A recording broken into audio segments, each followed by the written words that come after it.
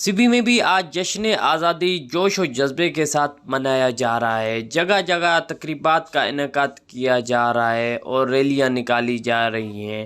WFGS کی جانب سے ایک تقریب کا انعقاد کیا گیا۔ تقریب میں بچوں نے ٹیبلو اور ملی نغمے پیش کیے۔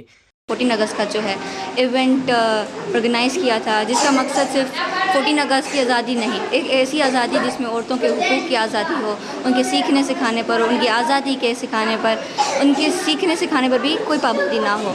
وہ آزاد ہوں سیکھنے کے لیے، پڑھائی کے لیے، آگے بڑھنے کے لیے۔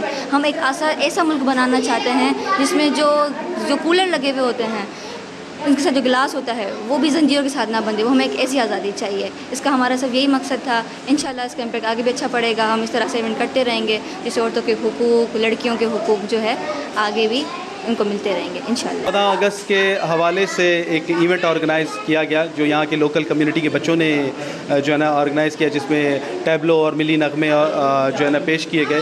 اور یہ ایک بہت اچھا ہمارے لیے ایک میسج ہے کہ ایک چھوٹے سے گاؤں میں، چھوٹے سے علاقے میں جو ہے نا بچوں کے اندر اتنا ٹیلنٹ، اور 14 اگست کے حوالے سے، کیونکہ ہم اس سال جو ہے 76واں اپنا یوم آزادی منا رہے ہیں، اور اس کے پیچھے جو ہمارے بڑوں کی کاوشیں ہیں، جو قربانیاں ہیں، تو یہ آزادی ہمیں انہی چھوٹے چھوٹے بچوں کے خوبصورت جو ہے نا ایکٹ کے اندر جو ہے ہمیں ملتی ہیں۔